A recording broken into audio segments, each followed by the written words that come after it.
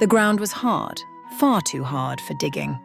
Her hands worked the frozen earth with a long-bladed dagger that she had been given on a spring much like this one.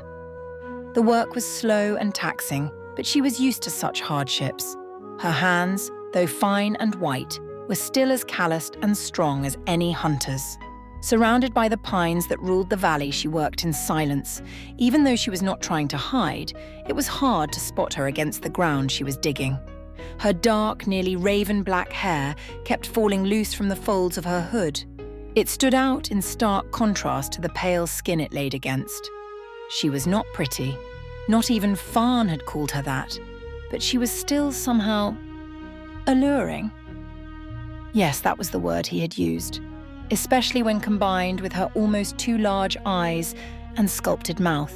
She focused back on the work at hand. Even in early spring, it was nearly impossible to turn the frozen ground. It took hours, and even then she was only able to cut a furrow about a foot deep. Finally, she gathered stones that were lying about. By the time the sun had fallen to late afternoon, the grave had been completed. She stared at the pile of stones stacked over him, her vision blurring for a moment. She blinked her eyes rapidly to clear them.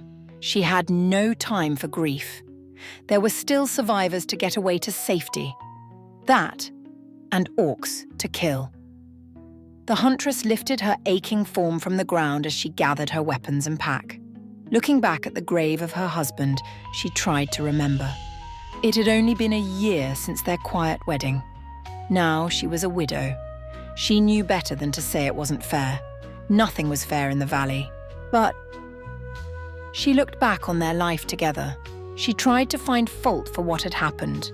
Could they have earned this end, somehow? Her mind rebelled against the idea. He had always been the smart one. All she had ever been was cunning. He had told her they were the same thing, but she didn't think so. Finally, the frustration was too much. She screamed the question at the valley, her weapons drawn in challenge. She screamed it until her beautiful voice was raw and grating, and the scream became the snarling growl of a predator. The valley did not answer. It never did. The question remained, though, echoing throughout the icy air. Where did we go so wrong?